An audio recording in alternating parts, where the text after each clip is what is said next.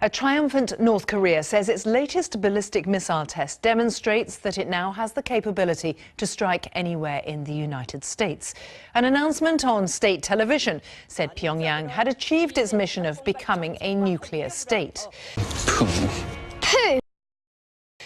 Well, the missile took off from Pyeongchang, north of the capital, although it travelled for less than an hour, falling into the Sea of Japan after 1,000 kilometres. Experts say the height it achieved indicates that a flatter trajectory could bring Washington within range of an attack. This was President Trump's response to the test. As you probably have heard, and some of you have reported, a missile was launched a little while ago from North Korea. I will only tell you that we will take care of it. We have General Mattis in the room with us, and we've had a long discussion on it. It is a situation that we will handle. Of course, there's a very different view in North Korea. These comments were recorded on the streets of Pyongyang by the AFP news agency.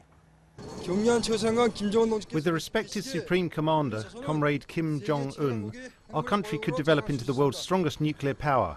I think the world cannot exist without our country. I just want to ask a question to Trump, a dotard who is frequently backbiting our dignity. Can you still dare to backbite about our country? Can you continue to do it even when Hwasong 15 is fired at the US mainland? Well, let's go to Beijing now, the region's big power, to talk to our correspondent, Stephen McDonnell. Steve, what reaction from there? Well, the Chinese government has said it has grave concerns following this most recent ballistic missile test from North Korea and called on North Korea, its old ally, its old strong Cold War ally, to stop taking these actions which are destabilising the region. Now, these, are kind of standard responses from China, but we shouldn't, for a moment, think that this is not a very stern response from Beijing, which has also said that North Korea is fully aware, not only of China's own concerns, but its responsibilities as spelt out through the United Nations Security Council.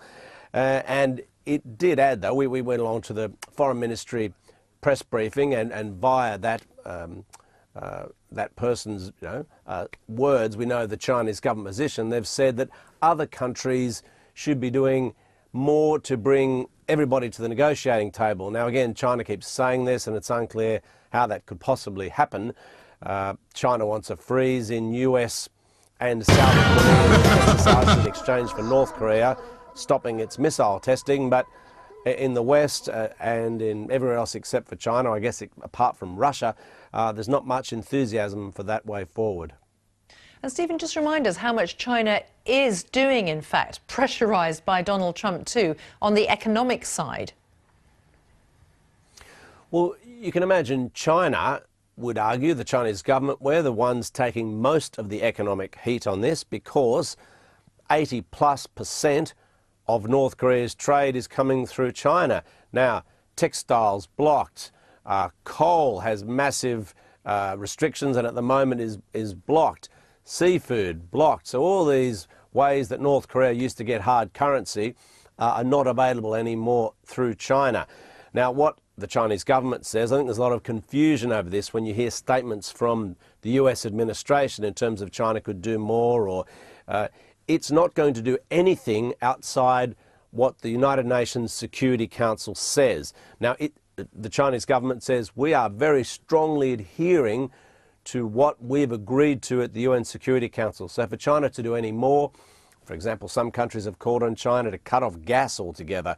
It's not going to do that unless that is agreed to at the UN Security Council.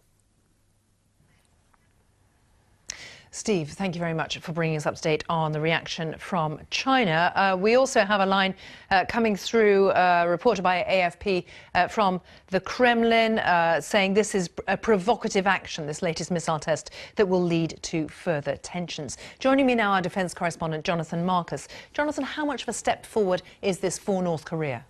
Well, it's steady progress. I think two interesting things about this launch. Well, three really. One, that it happened at all.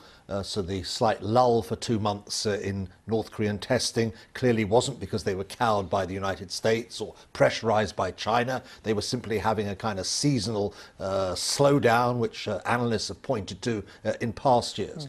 The second thing, the height the missile reached, which, if you think about it, these are missiles that go out of the atmosphere and come down again. Now, on a shallower trajectory, as you mentioned, this missile potentially could reach the continental United States, even Washington. Analysts say, but what the North Koreans actually do is they tend to fire them very, very high up and they come down again, and it's an assessment of that altitude that gives experts an ability to plot how far it could reach. Thirdly, an interesting sidelight, if you like, they fired it at night. That they've done this before, but it's interesting because it means that the missile isn't perhaps so easily visible. There are suggestions that they may have fueled it before the missile was actually launched into an erect position prior to the launch. And again, all sorts of indications that they're trying to get to a point where they would have weapons that could be fired in much shorter times, visible to a potential preemptive striker, for example, for a much shorter period. So that has got to cause, at the least, real concern in Washington. Well, it causes real concern. I mean, look, Mr. Trump has made it clear. He says that North Korea will not be allowed to have a weapon that could carry a nuclear bomb to the continental United States. Is North Korea at that point now? Probably not.